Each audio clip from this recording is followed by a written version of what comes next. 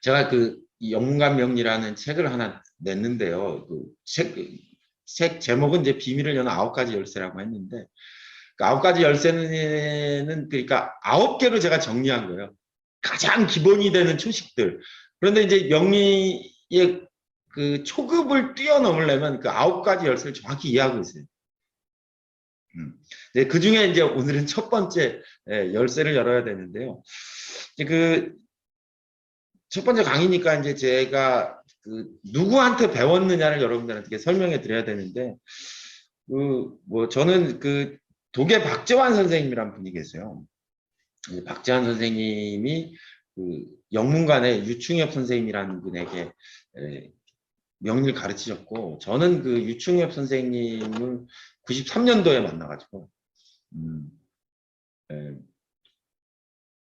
그 집에서 제가 살았으니까 굉장히 친하게 오랫동안 지냈죠. 한 98년도까지 5년간 그 집에 제가 그 근처에 있는 대학을 다녔는데, 거기서 아르바이트생으로 시작해가지고 거기서 같이 내제자처럼 있으면서 이제 배웠던 명리를 여러분들에게 가르쳐 드린다 이렇게 생각하시면 될 겁니다. 저도 사실 굳이 제가 가르칠 실력이 되는지는 모르겠습니다. 예? 저보다 잘하던 사람이 다 죽고 없어지고 해가지고 어떻게 저만 남아가지고 제가 하고 있는데요. 또 제가 안 가르치면 그나마 명맥이 끊어질 것 같아서 주제를 좀 무릅쓰고 이제 여러분들에게 강의를 하는 거니까 여러분들이 가감해서 잘 들어주시기 바랍니다. 그런데 저는 명리를 공부하려면 꼭 저가 아니더라도 누구한테 가더라도 그 사람이 누구에게 배웠는지를 확인하는 게 굉장히 중요하다고 생각합니다. 지가 혼자 해서 되는 게 아니에요. 이게 명리라는 거는 중국 춘추 전국 시대부터 시작해가지고 음양가라고 해가지고 5,000년 내려온 거예요. 근데 이 옛날 사람들이 스승과 제자 사이에서 계속 전승해준 이 전승의 맥을 이어가지 않으면 자기 혼자 뭘 터득해서 하는 건 불가능해요. 또 여러분들도 이제 저에게 배우면 이제 명리의 전승의 맥에 가담하실 거예요. 예? 독일 박재환 선생님하고 영문관 선생님으로 이어지는 그 맥의 흔적을 여러분들도 이제 들으시니까 아마 제가 들려드리는 여러 가지 이야기들 속에서 여러분들 공부하다가 풀리지 않던 숙제가 많이 풀릴 거라고 생각합니다. 자, 하여간 그런 학통을 소개해드렸고, 또 제가 카페에 가시면 1강에 독일 박재환 선생님에 대한 이야기라든지 몇 가지 이야기를 장황하게 이야기했는데요. 그것도 제가 무료로 여러분들 수강할 수 있게 해드릴 거니까 그거 들어보시면 자세히 나오고 중언부언하지 않는다는 측면에서 이에 대한 자세한 이야기는 하지 않도록 하겠습니다. 일단 이제 여러분들과 제가 이제 오행에 대한 이야기를 할 텐데요. 오행은 목화토금수로 이루어져 있다. 이렇게 여러분들 다 아실 겁니다. 그래서 목생화, 화생토, 토생금, 금생수 이거 그냥 배운 지 10분이면은 다 알 수 있는 건데요. 30년이 지나도 깨우치기가 어렵습니다. 목은 봄이고 다 아실 거예요. 여름이 화는 여름이고, 금은 가을이고, 수는 겨울인데, 그죠? 예. 목생화, 화생토, 토생금, 금생수 이렇게 해서 상생상극이 있다 여러분 다 아실 겁니다. 예. 근데 이제 제가 이 얘기를 왜 하냐면 오행의 상생상극에 대한 기본적인 개념을 제가 왜 얘기해드리냐면요. 근데 이게 오행이 도대체 뭐예요? 목이 나무예요? 예? 그리스 철학에 의하면 고대 그리스에는 지수화풍이라고 해가지고 지수화풍 4대로 이루어져 있다고 얘기하는데 지수화풍의 4원소와 동양 오행 5원소로 이루어져 있다는 거잖아요. 근데 그 5원소가 목이 나무이고 화가 불이고 금이 쇠고 수는 물이다라고 생각하는 순간 10만 발전이 떨어진다는 거예요. 도대체 이게 뭐예요? 네? 알 수가 없어요. 그래서 오행을 배워서 다른 사람의 운명을 간명한다는 것은 목화토금소가 무엇인지 명확하게 자기가 이해를 하고 있어야 된다는 거예요. 의학하는 사람은 목은 간이고 화는 심장이고 토는 위고 그렇잖아요. 예. 그러니까 구체적인 실물이 있어야 되는 거예요. 근데 그게 목은 나무고 화는 불이고가 이게 잘 맞지 않는다는 거죠. 그래서 이제 이걸 오행을 조금 더 세분화하면은 이렇게 십간과 천간과 지지로 나누어지겠죠. 이렇게. 예. 목에 해당하는 것은 갑과 을이고, 화는 병과 정이고, 토는 무와 기, 금은 경과 신, 수는 임과 개. 지지로 하면 인묘가 목이 되고, 사오가 화가 되고, 진술중미가 토고, 신유가 금이 되고, 해자가 수가 된다. 이건 뭐 우리 다 알 수 있어요. 네. 근데 이걸 가지고 다른 사람의 운명을 감정한다 하면은 뭐, 너는 나무가 없어서 뭐, 간이 나쁘고, 화가 부족해서 심장이 나쁘다 수준밖에 안 된다는 게, 그, 옛날에 저희 선생님이 뭐, 그런 농담한 적인데, 그럼 사람에게 있어서 화가 심장인데, 그럼 자주에 화가 없으면 심장이 없냐는 거예요. 그런 사람은 없잖아요. 그 화가 없는데 어떻게 이 사람은 심장이 있는 거지? 그러니까 그런 게 아니라는 거예요, 이게. 그럼 이건 뭐냐? 여러분들 저를 만나서 오행을 공부하시기로 이제 오늘부터 그러니까 저와의 첫 만남인데 철저히 이 고대 중국의 사람들이 왜 목, 화, 토, 금, 수라는 거를 왜 만들었느냐? 그리고 왜 오행이란 걸 가지고 왜 우주와 자연의 질서를 설명하려고 했는가를 우리가 최초의 그 이유를 생각해야 돼요. 오행은요, 목화토금수라는 것이 아니고 그 달력을 만드는 겁니다. 네, 1년 365일 달력을 만들면서 발전하는 개념인데요. 또 못 찾으시는 분이 있나? 네, 오행은 음과 양으로 나누어지는데요. 네? 음은 여자고 양은 남자다. 뭐 이렇게 우리 알고 있는데 이거를 철저히 여러분들은 이제 기초를 다시 한번 확인하고 다지는 측면에서 이거를 천체 현상이라고 생각합니다. 음은 뭐냐? 이건 달이에요. 양은 뭐냐? 이건 해예요, 해. 태양. 그래서 이 음양 오행설의 핵심은 태양과 달의 작용, 1월의 작용이에요. 그래서 달이 뜨는 건 밤이잖아요. 낮에 뜨는 건 해고, 낮과 밤이, 지금은 낮과 밤이 있고, 음과 양이 있고, 남과 여가 있고, 이렇게 돼 있다는. 그럼 이제 목화 토금수는 뭐냐? 수성, 금성, 목성, 화성, 토성, 이 5가지 별이에요. 실제로 존재하는 이 5가지 별로 대비되는 어떤 기운이 존재한다는 거죠. 네. 그래서 이거를 합쳐서 이 1월과 목화토금수의 이 5가지 행성을 합쳐서 칠정이라고 한다는 거예요. 이 정자는 정치라고 할 때의 정자예요. 우주는 태양이 군주가 되고 나머지 7개의 신하들이 있는데 이 칠정이 우주를 다스린다는 거죠. 그래서 365일을 주기로 공전한다는 것을 알아냈다는 거예요. 예, 어서 오십시오. 찾느라고 고생하셨습니다. 예, 예. 예, 저쪽에 앉으시면. 예, 들어가세요. 괜찮습니다. 예, 늦게 오신 분이 있어가지고 제가 잘 영접해 드렸습니다. 잘.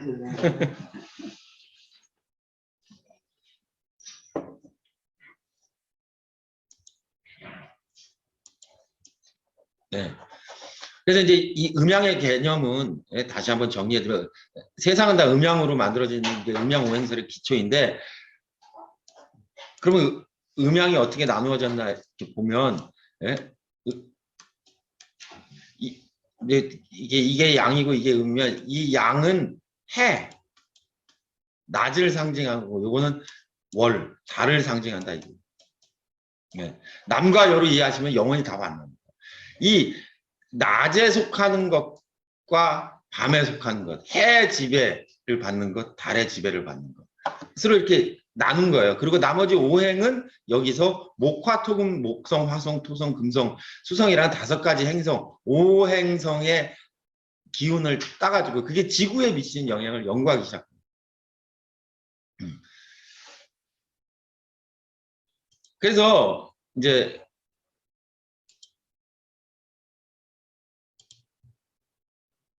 어이구. 네. 자, 이게 가불병정 무기경신 인계라는 거를 이제 제가 이제 설명해 드려야 되는데,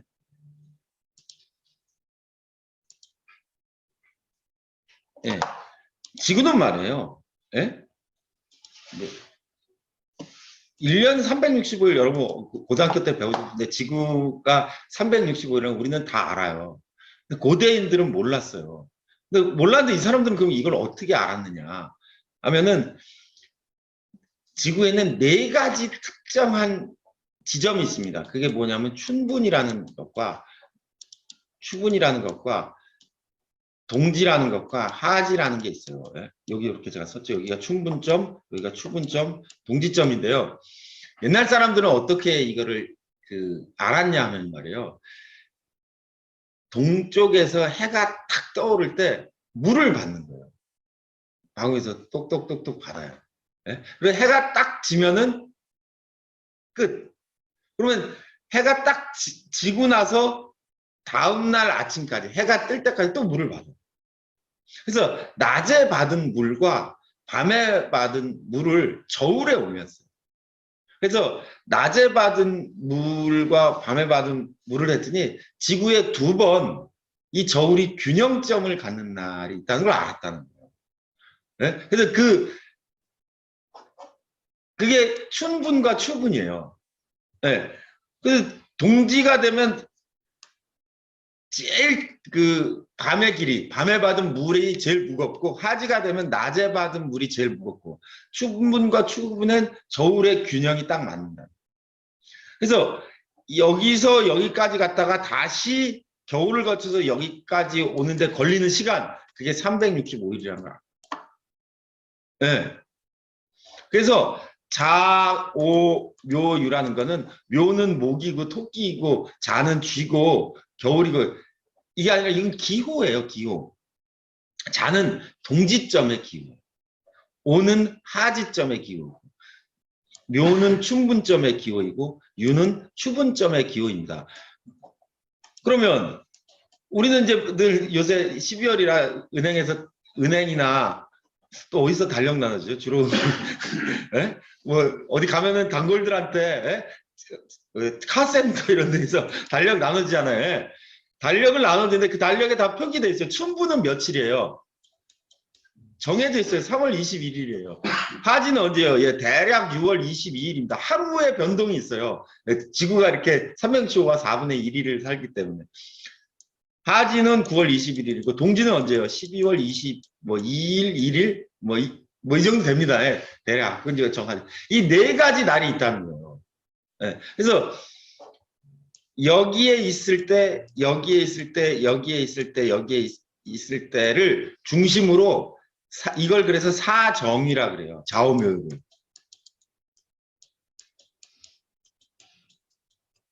예? 이 사정의를 중심으로 지구의 일련을 설명하기 시작한 거예요. 그게 음양오행, 가불병정 무기경신임계와 자축인묘 진사오미의 그 배분의 시작입니다. 이건 철저히 수학적 기호예요. 네. 자, 그런 측면에서 이제 다시 저하고 천간을 한번 보도록 하시죠. 아까 목은 가불, 화는 병정, 토는 무기, 금은 경신, 수는 임계라고 했잖아요. 그래서 이걸 지지로 가면 요 목은 인묘, 화는 사오, 토는 진술충미, 금은 신유, 수는 해자가 되는데 오늘은 이제 첫 번째 열쇠는 천간론이니까 천간에 대해서만 보도록 하시죠. 이렇게 이걸 나누면 갑병, 무경, 임은 양, 을정, 기신계는 음이라고 한다. 왜냐하면 지구를 비롯한 우주는 다 짝으로 만져 있는데 그래서 천간이 2개씩이에요. 갑을과 병정, 무기, 경신. 갑은 양간, 을은 음간 이렇게 되어 있습니다.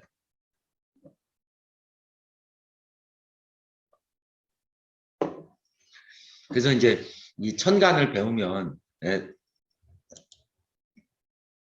사람들이 이렇게 생각해요. 갑은 나무고, 을은 넝쿨이고, 병은 태양이고, 정화는 촛불이고, 경은 바위고, 뭐 이렇게 하면 안 돼요. 왜냐하면은 나무와 넝쿨과 태양과 촛불은 연결이 안 돼요. 연결이 안 되면 오행의 행자는요, 행자는 움직인다는 거예요. 그래서 갑은 을이 돼야 되고요. 을은 병이 돼야 되고요. 병은 정, 경, 신, 임계로 변화해야 돼요. 이 변화가 나무, 넝쿨, 태양, 촉불은 다 토막나 있기 때문에 연결이 되지 않아요. 예? 그럼 이걸 어떻게 이해해야 되냐? 그래서 제가 여러분들에게 첫 시간이지만 첫 번째 말씀드리고 싶은 거는요. 갑이 말이에요. 갑이라는 게 뭔지 알아야 돼요. 도대체 옛날 사람들은 도대체 이 갑을 뭐라고 규정했던 걸까? 이 사실 갑골문에도 이렇게 써 있어요. 갑이. 뭐냐면 요거 여기에서 뭐가 나왔다는 거예요. 근데 그 여러분 혹시 개갑이라는 말 들어보셨어요? 농사 짓는 사람들은 농업 다 알아요. 여러분들 고등학교나 중학교 때 농업 시간에 배우셨을 텐데 가을에 이제 씨앗을 싹 틔워야 돼요. 근데 씨앗은 그 은행이나 복숭아 씨 같은 건 단단하잖아요. 이 단단한 애가 봄이 싹이 나야 되잖아요. 이 싹이 나게 하려면 어떻게 해야 되냐면요. 추운 겨울을 겪어야 돼. 이 씨앗 속에는 시계하고 온도계가 있어요. 그래서 영하로 내려가서 일정 기간 동안 차게 있다 보면 그 얼었다 녹았다 하면서 이 딱딱한 껍데기가 얼었다 녹았다 하면서 어느 순간 되면 이게 깨집니다. 그럼 그 사이로 조그만 실뿌리가 하나 나와서 땅속에서 뿌리를 내리는 거예요. 그거를 옛날 사람들이 개갑이라고 했습니다. 10개자 갑옷 갑자. 에? 딱딱하다 이게 갑옷은 가재, 새우 이런 걸 갑각류라고 하잖아요. 갑각류를 할 때 이거예요. 근데 이게 무슨 소리냐면 그럼 그게 왜 개갑이냐. 예. 갑이라는 애는요. 제가 다시 쓸게요. 갑이라는 애는 뭐냐면요. 요 딱딱한 복숭아씨나 은행씨에서 여기 뿌리 여기서 얘기는 실뿌리죠. 실뿌리. 실뿌리가 내려왔다는 씨앗에서. 그럼 이 뿌리가 나면 겨울을 지낼 거 아닙니까? 겨울이 지나서 춘분점까지 와야 돼요. 예? 꽃은 언제 펴요? 우리나라에서 꽃 제일 빨리 피는 꽃이 뭐예요? 개나리, 개나리. 개나리의 개화일은 언제예요? 3월 21일이에요. 예, 저가 있는 응봉산 개나리 축제 엄청 유명하더라고요. 제가 여기로 이사 오고 나서 코로나 때문에 한 번도 못 가봤는데 응봉산 개나리 축제가 딱 3월 21일부터 해요.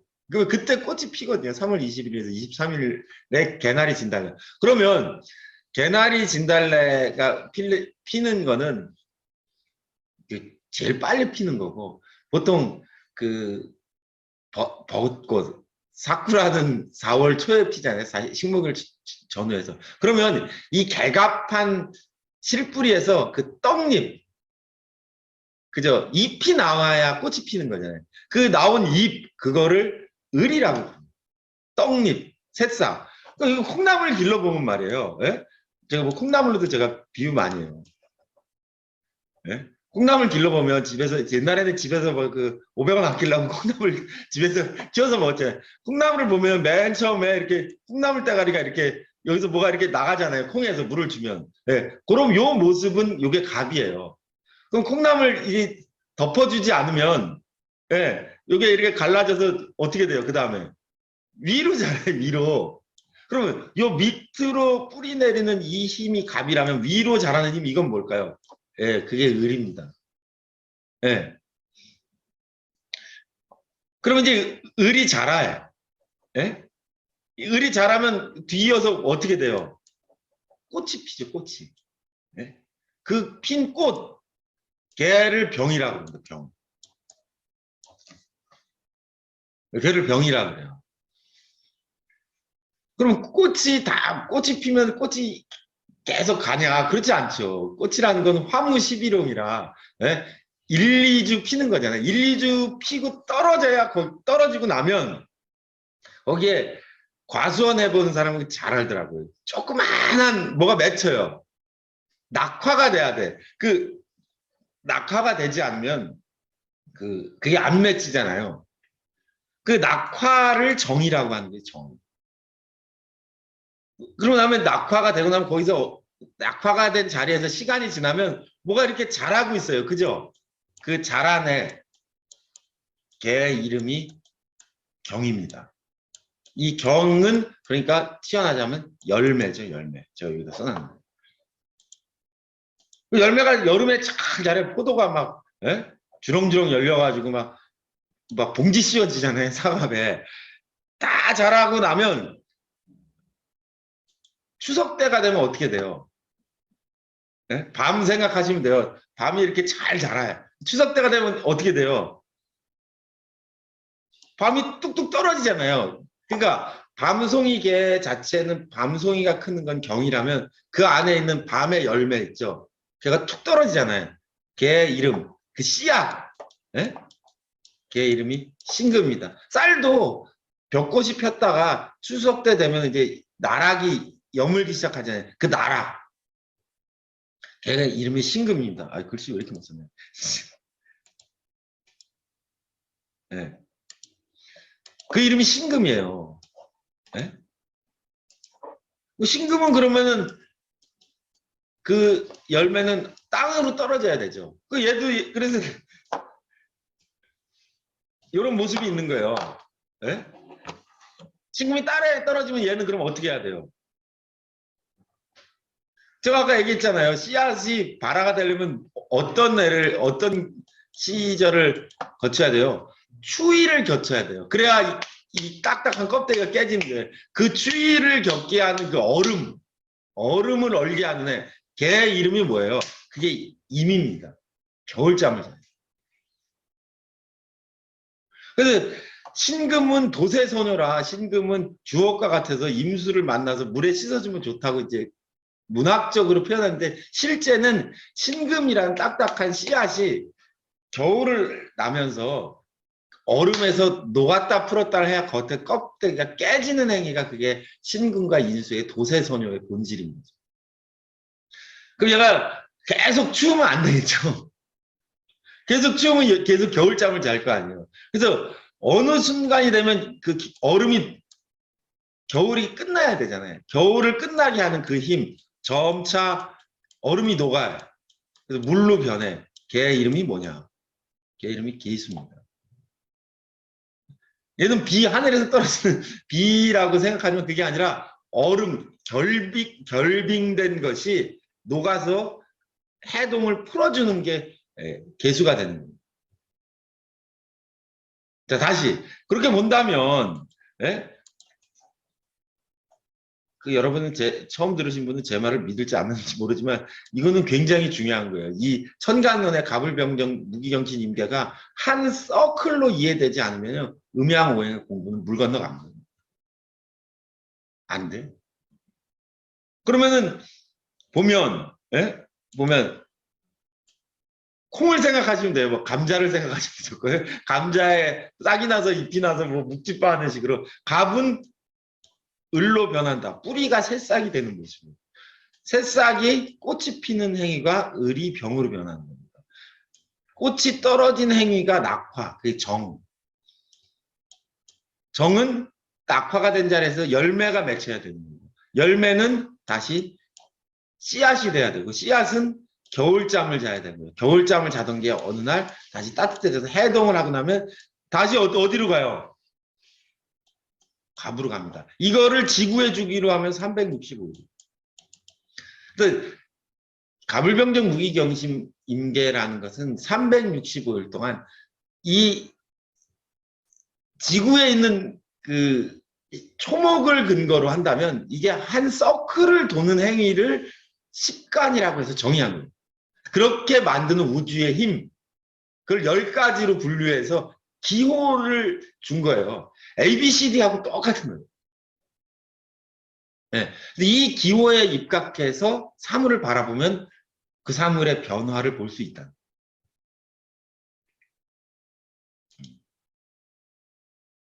다음 그림 한번 보겠습니다. 그러면 이제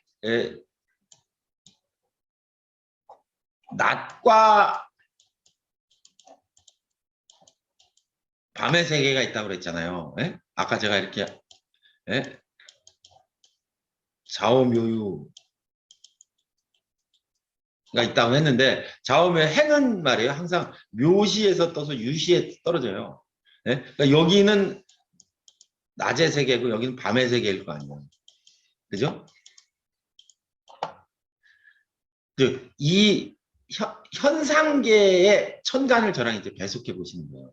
아까 제가 갑병, 무경님은 양이고 을정기신계는 음이라고 했잖아요. 이건 이치상 목은 음양이 있어야 되는데 갑은 양이고 음은 을이다라고 이렇게 이치상 구별한 거고 이 이치가 아니라 이 지구상에서 일어나는 기질적인 현상적인 모습을 가지고 천간을 한번 바라보면 말이에요. 어떻게 생겼냐?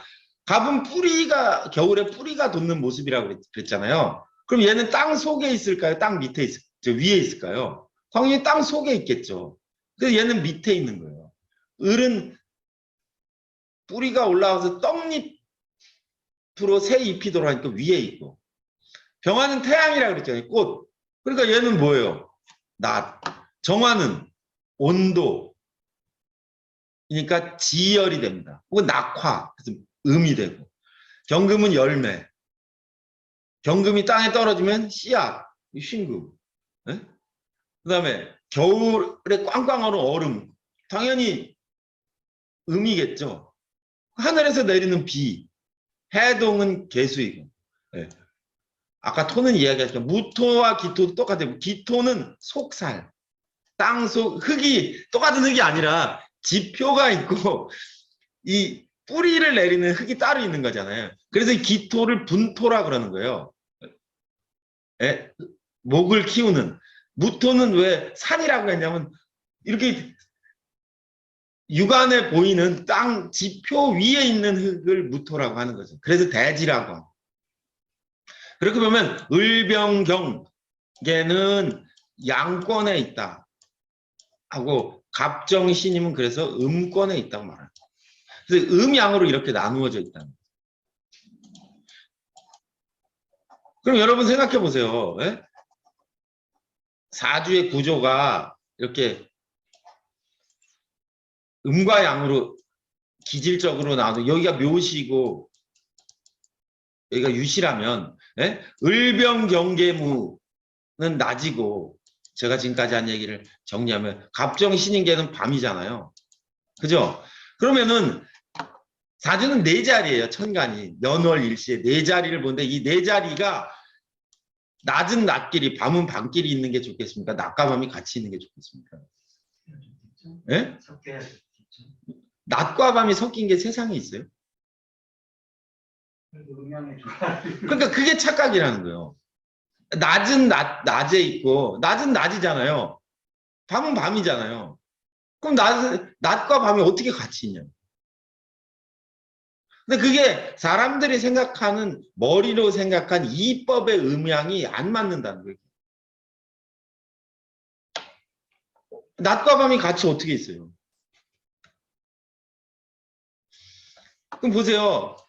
제 이론이 이거예요. 이게 이제 여러분들이 나중에 배우게 난강망이라는 궁통도감 조화원약이라는 책에 나오는 기본 체계가 음양의 조화가 갑을병정 무기경신계 갑병무경님은 양이고 을정기신계는 음이라는 걸로 만들어지지 않고 예? 을병이 같이 다니는 걸로 만들어져요. 예. 왜 을병이 같이 다녀야 되느냐? 예? 얘가 이를테면은 초목이라면 얘가 자라려면 태양이 있어야 되잖아요. 그러면 나무가 자라려면 태양과 또 하나 뭐가 필요해요? 물이 있어야 되잖아요. 그 물이 있어야 되면 임이 필요해요? 개가 필요해요? 개수가 필요하잖아요. 그러면 을목이 자라려면 을목과 병화와 개수가 있으면은 예? 병계를 만나서 수화기제를 이루었다고 그러거든요. 난강망의 이론책이. 그럼 수화기제를 이루었으면은 예. 그럼 얘는 음양이 그러면 어떻게 된 거예요? 예? 을병계로 수화기제를 이루면은 제가 지금 얘기한 거에 보면 얘가 같이 을, 병, 계 얘는 뭐예요? 낮에 속한 애들끼리 같이 다닌 거잖아요. 예? 을병 임이 되면 어떻게 돼요? 격이 뚝 떨어지는 거예요. 네. 그렇게 이게 음권 양권이래요. 양은 양끼리 음은 음끼리 같이 다녀요. 천간의 구조만 봐도 알 수 있어요.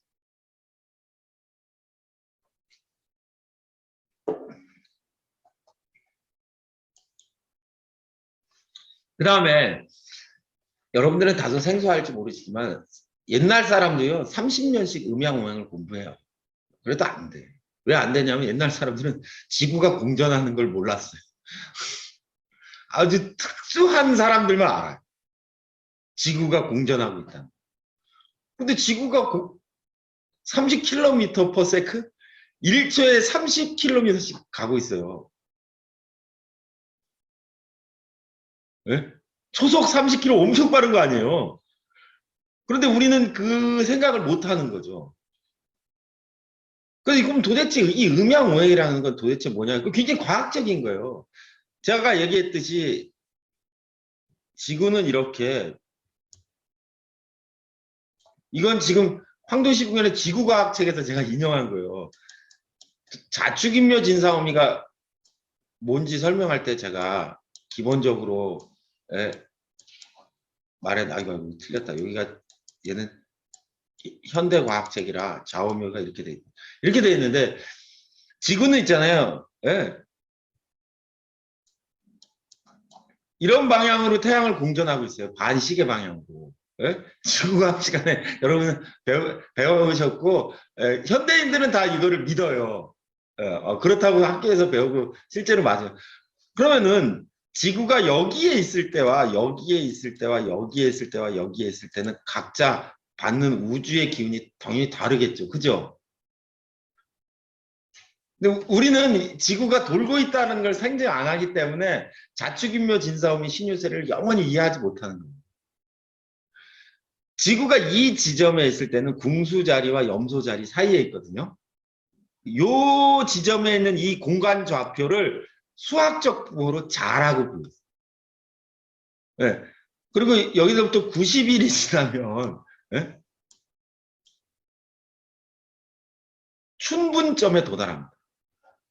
염소 자리, 물병 자리, 물고기 자리를 거쳐서 얘는 저 여기 막 3만 광년 바깥에 있는 별들이에요. 그래서 이 지점에 있을 때는 밤하늘에 궁수 자리라는 별이 보여요.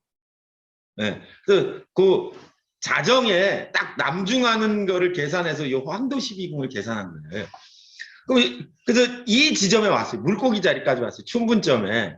그러면 여기서 받고 있는 28수의 기운은 굉장히 다르겠죠. 네? 요 지점에서 지구가 받는 여러 가지 기운의 위치를 비정하기 위해서 요 춘분점에 있는 지구의 좌표를 묘라고 부르는 거예요. 그리고 얘가 양자리, 황소자리, 쌍둥이 자리를 거쳐서 하지점에 도달합니다. 이 지점에서 받는 지구의 28수, 우주의 기운을 오라고 하고 여기서 여기까지 추분까지 갈 때 받는 우주의 기운을 유라고 한 거예요. 예? 여러분 생각해보세요. 제가 아까 그랬죠. 지구의 360을 계산할 때 제가 말한 춘분점과 처음에 설명한 춘분, 추분, 동지, 하지의 개념은 겨울과 여름과 봄과 가을의 개념, 시간, 계절의 개념이었잖아요. 근데 지금 제가 설명한 건 무슨 개념이에요? 그게 아니고 네, 지구가 태양을 돌고 있는 우주상 이동하는 좌표의 이름이 좌우묘라고 제가 그렇게 말했잖아요. 그러면 말이 달라졌어요, 제 말이. 사실은 애초에 여러분들이 생각하는 계절이란 개념은 없는 거죠. 네.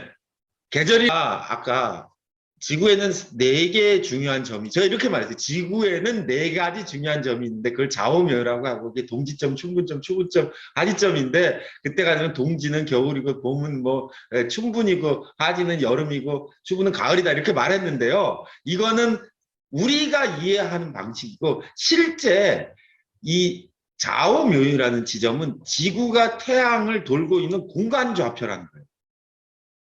네.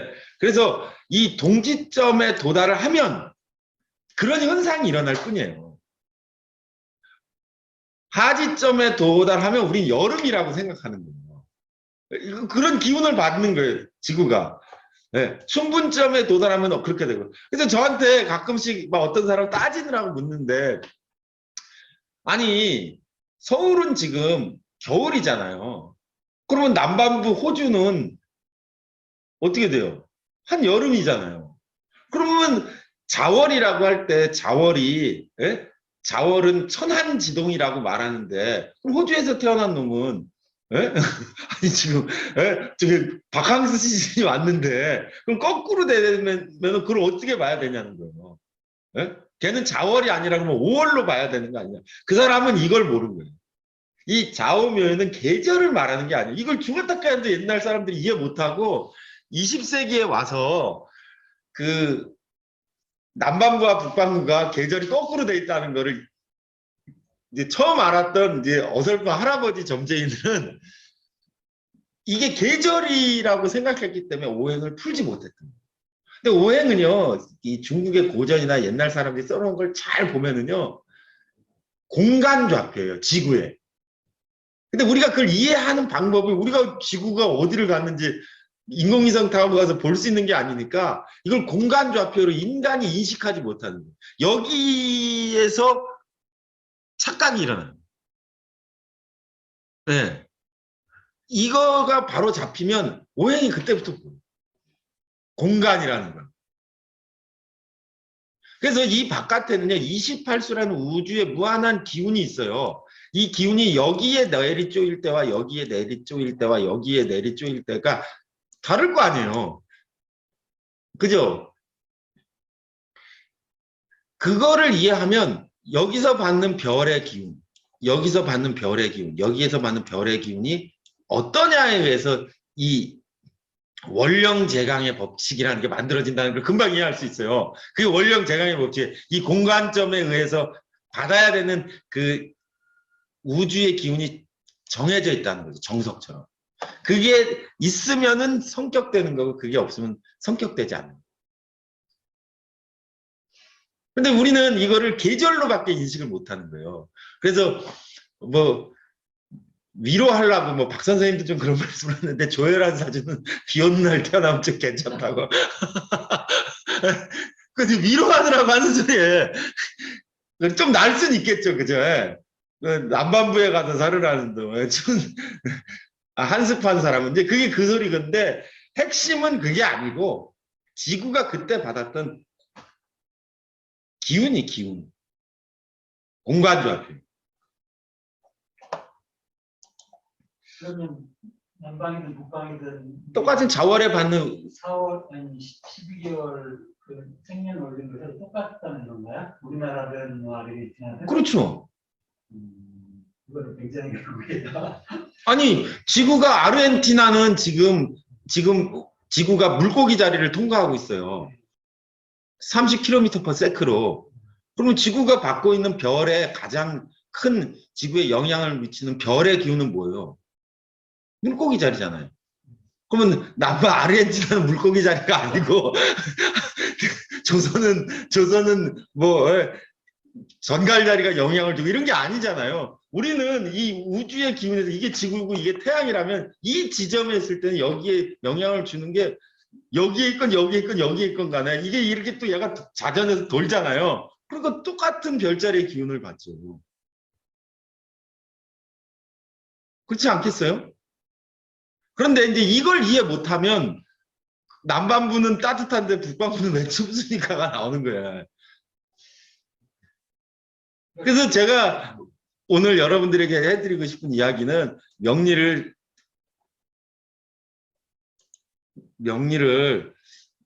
그 잘 공부하시려면 일단 EBS 지구과학을 들으세요.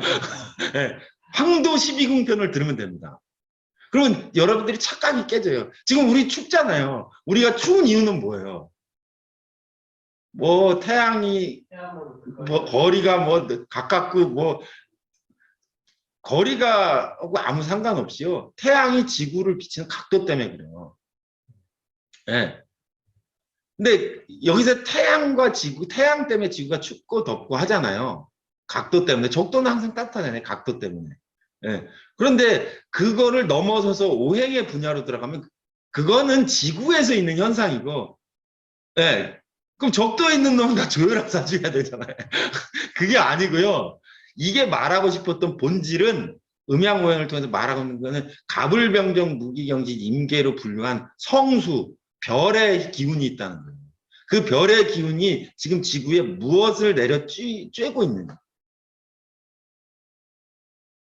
그걸 이해해야 돼. 그래서 지금 제가 여러분들한테 이상한 표를 하나 보여드리고 있는데, 이거는 이제 그 여러분들이 음양오행에 입문을 하면 30년이 됐건 50년이 됐건 계속 들여다보면서 참고하고 이해해야 될 표예요. 근데 여기까지 사람들이 공부가 가는 사람이 없는데, 이게 뭐냐면 뭐 풍수에서는 이걸 패철리라고 하는데 그냥 24방위도예요. 핵심 뭐냐면요. 이 가운데 동그랗게 그리고 요거 있잖아요. 그럼 얘가 뭐겠어요? 얘의 정체가 노란애. 얘가 해예요. 태양을 중심으로 얘들이 돈다는 거예요. 도는데 하얀 건 음이고 하얀 거는 음이고 까만 건 양이다. 까만 건 양이고 하얀 건 음이다. 이건 뭐 뒤바뀌어도 상관없어요. 음양을 표기한 거고. 여기에 그럼 그대로 지면 이제 지구라는 계절적 감각과 공전이라는 공간 감각을 저랑 지금 합치는 거예요. 이걸 합쳐보면 어떻게 되냐? 이렇게 요게 이제 지평선이라고 보셔도 되고, 충분과 추분점이라 하면 이 위쪽은 양이 되고 요 밑에 쪽은 음이 된다고 했잖아요. 예? 이게 묘유. 이게 적도겠죠, 지구로 보면. 예? 요 동그란 거는 천체를, 우주적으로 보면 천체를 표기한 거예요. 하늘이 둥그러니까. 예? 지구로 본다면은 낮과 밤으로 가르시면 돼요. 여기에 묘유, 오자라는 매우 특별한 지점을 보면, 여기는 묘를 중심으로 어떤 일이 일어나냐면 갑에서 뭘로 변했어요? 을로 변합니다. 이게 묘의 특징이에요. 이 날짜가 언제라고요? 지구적인 의미로 보면 3월 21일을 기점으로 갑이 을로 전환됩니다. 그래서 3월 21일 이후에는 나무까지 해서 꽃이 피는 거예요. 그 다음에 을과 병이 붙어서 얘는 이제 꽃을 피우는 거겠죠. 자연스럽게 가서. 그럼 병에서 정으로 전환되는 시점은 언제예요? 그게 하지입니다. 하지가 지나면 꽃은 다 떨어지고, 그 다음부터 나무는 열매를 익히기 시작합니다. 예. 하지를 기점으로 병에서 정으로의 전환이 일어납니다. 그게 요 하지는 며칠이라고요? 6월 22일, 뭐 3일 그 정도. 그럼 여기서 이제 그래서 여기 경이 나오는 거예요. 이 경을 익히면 경에서 신으로 전환을 해야 돼요. 언제? 추분점에서 됩니다. 추분은 언제라고요? 예, 9월 21일 전입니다. 이때가 되면 열매는 그만 자라고 신금으로의 대전환이 일어나요. 이 신금은 얼음이 여는 임수를 거쳐야 돼요. 언제까지? 동지까지. 동지가 지나면 임수는 계수로 전환을 합니다. 임계의 대전환이 있습니다. 그래서 지금 이 네 가지 점이 있는데, 그중에서 이 동짓날, 팥죽 먹는 날이잖아요. 동짓날 왜 팥죽 먹는지 할머니한테 배우신 기억나요? 동지까지는 해가 계속 어두워지다가 동지가 지나면 해가 손톱 끝만큼 길어지기 시작해요. 그래서 이 동지를 일양이, 한자로 쓰려고 하니까 마우스로 쓰려니까 힘들어서 안 되겠다. 네? 한글로 쓸게요. 양이 시생했다. 네? 비로소 시자. 하나의 양이 비로소 생했다. 그러잖아요. 동짓날. 그럼 일양시생이라고 하면 동짓날 생한 그 한 양의 이름을 뭐로 기호화했다는 거예요? 개라고 부른다는 거예요. 그렇잖아요. 지금 제가 그랬잖아요. 동짓날을 기점으로 임과 개가 임에서 개로의 전환이 일어나는데, 네. 근데 동지는 일양 희생하는 달이란 말이에요. 그러면 양의 본질은 뭐예요? 개라는 거예요, 개. 예, 이때부터 얼음이 풀려서 물로 변하는 거야. 예? 그래서 얘가 쭉 이렇게 가. 예? 쭉 가. 그럼 병에서 정으로 전환돼요. 예? 그러니까 하지는 뭐예요? 일음이 희생하는 것이잖아요. 일음. 그러면 하진날 생긴 그 음의 이름은 뭐라고 기호를 준 거예요? 정이라고 줬다는 거예요. 예. 그래서 정과 개가 반대되기 때문에 정개가 충한다고 하는 거예요. 이 양의 이름은 개고 음의 이름은 정이야. 그래서 이 정화는 누구랑 합해요? 임수랑 합해. 이게 정임합이고 개수는 누구랑 합해요? 그럼 개수는 병이랑 합해야 되는데 개수하고 병화는 안 합하잖아요. 여러분 뒤에 가면 말씀해서 병화는 무토와 같아요. 병무록은 제사라고 해가지고 사화에 같이 기록하거든요. 그 개수는 그래서 누구랑 합해요? 무토랑 합하는 거예요. 이게 무게합과 정임합의 운동, 무게합의 운동은 일양, 양의 운동이고 정임합은 음의 운동인 거예요. 네. 네. 그게 이 표가 말하는 게 그런 거예요. 이거를 이해하는데 30년 걸려요. 믿기가 어려워서. 자축이며 그보다 큰 원행의 그 글자들은 어떻게 만들어진가요? 잠깐 지우고 말. 자축인묘보다 큰 글자들은 큰 원. 어디 볼까요? 이거요? 이원? 네, 바깥에 있는. 요거 지금 제가 노란색 칠하고 있는 이건 뭘 의미하는 거냐 그런 말씀이죠? 네. 아, 이거는 이제 여기까지 얘기하면 여러분들 이제 막 머리에 쥐가 날 텐데요. 오행 보세요. 음양 오행이 천간으로 가면 10개가 되잖아요. 지지로 가면 12개가 되잖아요. 예? 근데 8개잖아요. 그러면 이게 다 사실 똑같은 걸 얘기한다는 거죠. 오행과 8개와 그리고 12지지가 예. 그럼 12지지가 어떻게 변해가느냐를 천간과 지지를 맞추면 몇 개예요? 22개 아니에요. 22개인데 절기는 몇 개예요? 24절기. 그럼 2개는 어디서 나온 거예요? 네, 이렇게 이게 다 안 맞는 것 같잖아요. 그래서 이거를 음양가에서 오행, 팔괴, 구궁, 12지, 예? 천간지지 합해서 22, 그 다음에 24절기, 이거를 어떤 걸 통합하고 어떤 거를 늘려가지고 다 어떤 위치에서 맞췄는지가 나온 거예요. 그거를 도식화하면 이렇게 되는 거예요. 그래서 얘는 뭐냐면 임자계잖아요. 임자계는 감깨고 축간이는 간깨고 감묘을은 진깨고 진손사는 손깨고 병호정은 이깨고 이렇게 돼 있어요. 그래서 건감간진 손이공태라고 얘들을 다 합하면 8개고 여기 중궁이 돼서 그럼 구궁이 되고 예, 이 천간과 지지 22개를 맞춰가지고 8괴에 배속시킨 게 지금 임자계 축간인 감묘을 이렇게 되는 거고 24방이라는 거죠. 방위가 그렇게 해서 24방이에요. 근데 이걸 또 이제 8괴가 있으니까 얘를 튀겨. 그러면 64방위가 되는 거예요. 근데 이제 엄청 이해하는데 복잡한데 이치를 알고 나면 엄청 간단해요.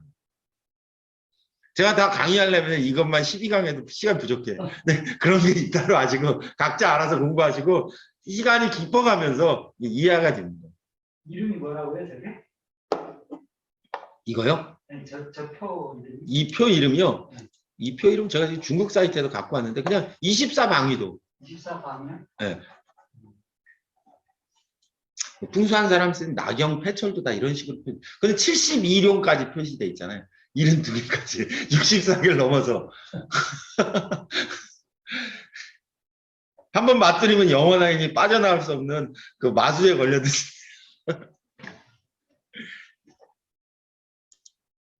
자, 그래서 이제 그러면 이제 아까 제가 이게 제가 너무 떠들어가지고 시간이 넘어갔는데. 그래서 어쨌든 간에 이게 중요한 게 처음에 들으신 분 계속 한 10번 들어야 돼요, 여러분. 이 얘기를. 예? 그래서 보면 그걸 이제 간단하게 이제 지금까지 본 내용을 정리하면 이 동지, 춘분, 하지, 추분이라는 거 아니에요. 그러면 잘 보세요. 동지는 임계의 전환이 일어나고 춘분은 가불의 전환, 하지는 병정, 추분은 경신의 전환이 일어나는데 그러면 이 계절 동지에서 춘분까지 가는 계절은 뭘 하는 계절이에요? 예? 갑목을 개가 뿌리를 내리는 계절이라. 요 계절은 을목을 키우는 계절이고 요 계절은 경금을 키우고 요 계절은 신금을 쳐서 갑은 을로 변하고 을은 경으로 변하고 경은 신으로 변하고 신은 갑으로 변하는데 갑을 경신이 그럼 다른 거예요? 틀린 거예요? 사과 씨와 사과 나무와 사과 잎과 사과와 사과 씨는 같아요? 달라요? 똑같은 건데 지구가 공전하면서 우주의 조화로 각자 거기서 무엇을 키울 것인가를 결정했다는 거예요. 누가? 자연이 그렇게 결정했다는 거예요. 그래서 이 계절의 핵심은 사과의 씨앗이 발아하는 데 있는 거고 이 계절은 사과 잎이 자라게 하는 거고 이 계절은 사과 열매가 자라는 거고 이 계절은 사과 씨가 연그는 계절이다 이거예요. 네? 그러면 여기서 비약해서 이야기한다면 그러면 명확하게 요 날짜는 다 정해져 있어요. 네? 12월 22일, 3월 22일, 6월 20일, 9월 20일인데 저는 그 양력 2월 7일 날 태어났습니다. 그럼 여기 태어났잖아요. 근데 얘 사주에 갑이 없어요. 그럼 걔는 할 일이 없는 거예요. 왜냐면 지구는 이 계절에 갑을 싹틔우라고 했는데 얘는 사주에 갑이 없어요. 그럼 걔 놀아야 돼요. 저는 8월 10일생입니다. 8월 10일은 경금을 익혀야 되는 계절인데 사주에 경이 없어요. 그럼 얘는 놀아요. 할 일이 없어요. 저는 11월 3일생인데요. 그럼 신을 키워야 되잖아요. 신을 키워야 되는데 저는 신금이 없는데 예, 그럼 놓으시면 돼요. 돈을 많이 벌 수 있을까요? 야, 못 봅니다. 지구가 얘 보고 신금을 키우라 그랬는데 사주 원국에 신금이 없어요. 그럼 얘는 지구가 하라는 것과 반대로 여러분 봄에 봄에 추수를 하려고 그러면 돼요? 아, 보리는 봄에 추수한다는 거예요. 맞아요. 그럼 보리쌀 드시면 돼요. 쌀밥은요 가을에 추수하는 거예요. 보리쌀 먹는 사람이 되는 거예요. 그게 냉정하게 얘기하면 사주는 그런 인식 체계를 바탕으로 만들어진 거예요. 그리고 실제로 그래요. 저는 그러면 여름에 태어났는데 저는 신금을 키우면 안 돼요. 예, 그럼 쭉쟁이에요. 그게. 예. 이 원칙을 벗어나면 안 된다는 거예요. 그래서 이 원칙을 가지고 성공한 사람들의 사주를 봤더니 정말 그렇더라고요. 저는 춘분에서 하지 사이에 태어났는데 을목이 없어요. 그럼 저는 성공 못하냐고. 당연하죠. 저는 서울대 못 가나요? 왜 못 갑니다. 물론 다 그런 건 아니에요. 한 70%, 6, 70%의 사주가 내격의 구조를 가지고 있는데요. 내격인 사주는 그래요. 그럼 저는 어떻게 하냐? 그냥 받아들이시면 돼요. 노세요. 인생은 돈 버는 것보다 노는 게 더 힘들어요. 그래서 이게 여러분이 누구에게 배우지 않으면 절대 알 수 없는 사실이에요. 사주의 반 이상, 6, 70%는 이걸로 그냥 결정됩니다. 그러니까 날짜가 다 정해져요. 그러니까 이거 제가 다 가르쳐드리면 일강만 듣고 안 되시니까 아니겠지만 동지에서 춘분 12월 22일에서 3월 21일까지 갑이 있어야 돼요. 이 갑이 잘 자라려면 수기가 공급되고 갑이 뿌리 내릴 기토가 있어야 된다는 거예요. 임갑기 구조를 갖는다. 3월 21일부터 6월 21일 사이에 태어난 사람은 사주에 일간과 상관없어요. 원국에 있어야 된다. 을목을 키우는 사주에 을목을 잘 키우려면 병화와 개수가 있어야 돼요.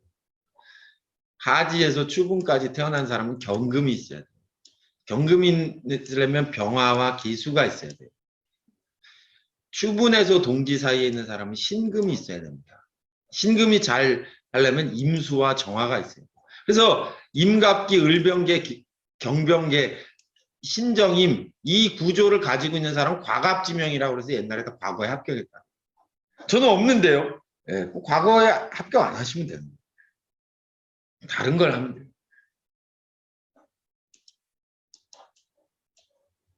제가 너무 매정하게 이야기하는 사람들이 하는데 이게 오행의 기초예요. 여러분들 사주를 제가 비난하고 있는 것이 아니라 오행의 기본 원칙이 그렇게 돼 있다는 거예요. 진짜 그런지 한번 저랑 보도록 하지. 실제 예문을 한번 보시는데요. 저랑 이 사주는 그 명리여광 있는 독일 박지한 선생님이 써놓은 독일실관이라는 데 태어났어요. 이 사람은 인월에 태어났어요. 그럼 어디부터 어디 사이예요? 동지에서 어디 사이예요? 춘분 사이에 태어났어요. 춘분 사이에 내서 간목이 있네요. 그럼 얘를 뿌리 내리려면 뭐가 필요하다고 그랬어요? 임수가 필요해요. 네, 네. 근데 임수가 필요한데 임수가 간목에서 얼어 죽으면 안 되잖아요. 그래서 간목을 키우는 이 계절은 병화로 따뜻하게 해주고 병화는 난로가 되고 무토는 이불이 됩니다. 예? 근데 겨울을 날려면 따뜻한 방한복과 보일러 때는 따뜻한 온돌방이 필요한데 얘는 뭐예요? 이부자리는 있는데 불이 들어요, 안 들어요? 없잖아요. 없잖아요. 얘는 난로가 없어요. 얼어 죽습니까? 절대 안 얼어져. 오리털 파카 빵빵하게 입었어. 그런데 난로가 없어요. 그래서 얘는 뭐라고 상업의 종상. 어릴 때 부모가 돌아가지고 상업에 종사했다는 거예요. 시상 편제해서 상업에 종사한 거 아닙니까? 아니에요. 네. 그럼 시상 편제면 이걸로 돈도 사서 부자도 되지. 얘는 절대 관직에 나갈 수가 없어요. 부모님 왜 일찍 돌아가셨습니까? 예, 추워야 되니까 엄동설 안에 보일러 없이 추운 데서 떨어야 되니까 부모님이 죽어야죠. 복이 부족하진 않아요. 왜? 병화가 없기 때문에. 이게 관직에 못 나와. 얘가 고시공부를 안 돼요. 돈은 벌 수 있어. 근데 얘는 남방 화운을 잘해서 돈 언제부터 벌었다는 게 남방운의 법입니다. 그럼 금운이 되면 어떻게 되고 돈은 없어지죠. 운에서 얻은 것은 운이 가면 사라집니다. 얘는 딱 하나 사주에 병화가 없어요. 이 병화가 없기 때문에 인생이 춥습니다. 얼어 죽냐? 에이, 얼어 죽진 않아요. 옷이 좋아요. 자, 이 사주 보세요. 똑같아요. 동지하고 춘분 사이에 일하는데 얘는 무토도 있고 뭐가 있어요? 병화가 있네. 그럼 얘는 뭐인 거예요? 예? 오리털 파카, 빵빵한 오리털 파카도 있고 따뜻한 난로, 예? 히터도 있다는 거예요. 그래서 얘는 어떻게 됐다는 거예요? 대부대기격이 됐다는 거예요. 얘는 조화원형, 난강망에 나왔다는 거예요. 얘는 돈도 많고 관직도 높았냐 이거예요. 얘가 뭐 신앙에서 신강에서 그런 거 아무 필요 없어요. 그런 거는 다 제가 여러분들에게 단언해서 이야기하는데 신강 신약 여러분들이 열심히 해봐야 그거는 사주를 가르치는 사람들이 만들어낸 체계지 지구의 공전궤도 우주의 순환원리와 아무 상관없어요. 그냥 명리를 공부하는 사람들이 더 이상 사주를 못 보게 하기 위해서 걸어놓은 빗장 자물쇠예요. 그걸 뚫고 와봐라 이거. 잘 믿질 않아요. 제가 늘 얘기하는 게 그걸 버리라는 제 말 믿고 여러분도 구원을 받으세요. 자, 상업에 종사한 사람과 대부대기격 비교해볼까요? 똑같아요. 인월에 태어난 간목 신앙해요. 예? 근데 얘는 왜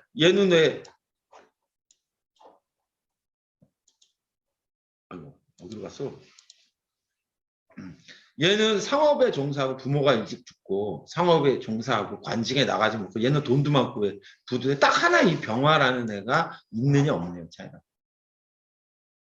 똑같은 남방운인데 남방운에 좋으면 얘도 관직에 나가야지. 얘는 왜 못 나가냐는.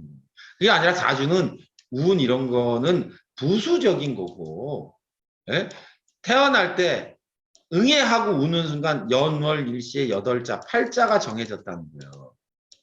8자가 이정이니 8자가 이미 정해졌으니 모든 게 끝났다 이거예요. 그 그릇이 그냥 운은 거기에 응기할 뿐이라는 거예요. 그 제가 농담처럼 그래요. 여러분 태어날 때 부모님이 정해지잖아요. 그 부모님이 미우나 고우나 죽을 때까지 가야 돼. 그 운이 좋아지면 부모님이 바뀝니까? 부모님은 바뀌지 않아요. 술 마시는 아버지는 내가 운이 좋아졌다고 해서 술을 끊지 않아요. 왜 운이 좋아졌는데 왜 아버지는 술을 안 끊을까요? 왜 그런 거예요? 네. 운은 잘 바뀌지 않아요. 자, 이사주 보면 얘는 의대 교수예요. 의대 교수인데 얘는 무토가 없는데 병화가 떴죠. 근데 사실 인해는 무토가 있어요. 지장간에. 근데 그 지장간에서 병화가 떴는데 아까 그래도 무토가 뜨고 병화가 없는 애는 예? 상업인이에요. 근데 무토가 암장되고 병화가 뜬 애 이 사람은 의대 교수가 된다 이거 의사. 왜냐 박하복 입고 겨울 사는 사람하고 뜨뜻한 보일러 빵빵하게 틀어놓고 반팔 입고 사는 사람하고 누가 더 좋은 거예요? 예, 이 사람은 병화가 있다는 거 하나로 인월의 간목이 병화를 만났다는 거 하나로 목화 통명지상을 이루어서 교수가 됩니다. 의사가 됩니다. 제가 저 공부하러 온 사람한테 문제 잘 내요. 이 사람 묘월 언제예요? 춘분이 지나서 태어난 사람입니다. 예? 춘분쯤에 태어났는데 이 사람 사업하다 자살해서 죽었어요. 40대. 비관해서. 왜 이 사람 죽었냐 이거예요. 을목이라는 애가 자라려면은 나무가 자라려면 병화라는 애와 계수라는 애가 필요해요. 예? 그래서 태양과 비가 필요한 거예요. 이 수화기제라고 그랬걸 명리적으로 수화기제를 이루어야 을목이 잘 자라납니다. 근데 얘는 예? 병화가 없어요. 묘월 나무를 키워야 되는 계절에 병화가 없어요. 정화 있잖아요. 날로 틀면 됩니까? 안 돼요. 지장간에 있어도 그런 거는 없는 것보다야 낫겠죠. 지장간에 있다고 위로를 삼는 거에 대해서 제가 늘 나중에 이제 또 얘기하겠지만 천간은 박 선생님이 뭐라면 천간은 얼굴과 같고 지지는 몸통과 같고 지장간은 뱃속에 있는 장기와 같다는 거예요. 예? 그 지장간에 있으면 좀 낫겠죠. 예? 천간에 드러나요. 얼굴 예쁜 사람과 몸통 예쁜 사람과 간이 예쁜 사람의 차이를 생각하시면 돼요. 그래서 이 사람은 병화가 없어서 이 을목이 꽃을 피우지 못하는 거예요. 그러니까 사업을 해서 성공을 할 수 있을까요? 꽃을 피우지 못하는데 어떻게 성공을 합니까? 그래서 안 돼요. 네. 병화는 언제 와요? 어릴 때 오고 죽을 때까지 오지 않아요. 자, 이 사람은요, 예, 적전수에 나오는 사진인데 묘월에 태어난 을목인데요. 제가 아까 얘기한 조건을 갖춰요. 병화와 계수를 갖췄어요. 그 사람, 이 사람은 주미대사예요, 주미대사. 중국에. 주미대사에서 여러 해서 뭐 세계에서 매일 파티하면서 사는 사람이죠. 화려하게. 이 사주와 앞에 사주의 차이는 뭡니까? 병화가 있냐, 없느냐. 을목이 투간있냐, 안 했냐.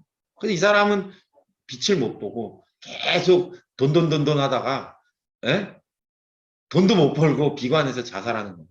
이 사람은 태어나서 죽을 때까지 돈 걱정하고 돈 쓸 걱정하다가 계속 일생 파티하면서 끝났다는 거예요. 그럼 그 사주가 신강과 신약과 관련 있는 게 아니라는 거예요. 제가 이 지금 천간론 시간에서 말한 기본적인 핵심 이론은요. 가불병정 무기경신임계는 천간은 우주의 기운이고 자축인묘 진사 오미 신유술에는 지구의 좌표라는 거예요. 그 좌표에 있을 때 어떤 별이 영향을 주어야 되는가가 이미 정해져 있다는 거예요. 그게 되면은 성격된 거예요. 얘는 묘월에 을목을 키워야 되는데 그 을목이 자라기 위해서는 우주가 병과 계라는 기운을 내보내줘야 된다는 그 조건 구조를 가지고 있기 때문에 이룰 성자 성격되어 가지고 귀격이 되는 거예요. 그것이지 신강에 하면은 식재관을 쓰고 신약하면 예, 뭐 인비를 쓴다라는 그냥 30분만 배우면 아는 이론으로 인간의 운명을 감면할 수 없다는 거예요. 그거를 빨리 잘못됐다는 걸 알고 탈피하고 공부를 가야 여러분들은 비로소 난강망이라는 체계에 들어오시는 거예요. 그 난강망의 체계에 들어와야 명리를 보는 눈이 열린다. 기초 30년 공부하면 그런 거 아무 필요 없어요. 진신의 체계와 명리가 좌표에 의해서 지지가 곧 좌표라는 걸 이해하지 못하면 더 이상의 발전은 없다는 거예요. 오늘 제가 강의한 내용은 그 명리의 비밀을 여는 9가지 열쇠의 첫 번째 천간론이라는 부분에 있으니까 한번 읽어보도록 하시고요. 제가 또 동영상으로 녹화해서 올려놓을 테니까 복습 삼아서 이렇게 들어보시면 될 겁니다. 혹시 질문 있으시면. 무통하고 병화라는 거는 서로 이렇게 융통을 하는 겁니다. 그런 거 필요 없어요. 아까 저기 그 갑을 지키는 데서 의미가 있는 것이지. 예, 갑을 예, 병무가 뭐 특별한 무슨 그런 의미가 있는 건 아니죠. 갑을경신에서 아까 이제 뭐 갑기정 뭐 이렇게 예. 하실 때 무라는 건 빠져 있어가지고. 토는 이제 설명하기가 어려우니까 예, 제가 빼놓은 건데 뒤에 나옵니다. 예, 예. 자, 뭐 장 선생님 뭐 혹시 너무 재밌어요. 재미있어요? 예. 제가 잘 몰라서 재밌습니다. 예. 신기하네요. 예. 그러니까 사실은 제가 1강에서 뭐 너무 많은 이야기를 알려드린다고 해서 여러분들이 이해되는 것은 아니죠. 명리는 여러분들이 생각하는 거 달라요. 그래서 무릎 제자라고 선생님이 둘이 앉혀놓고 귓속말로 가르쳐줬다는 거예요. 예?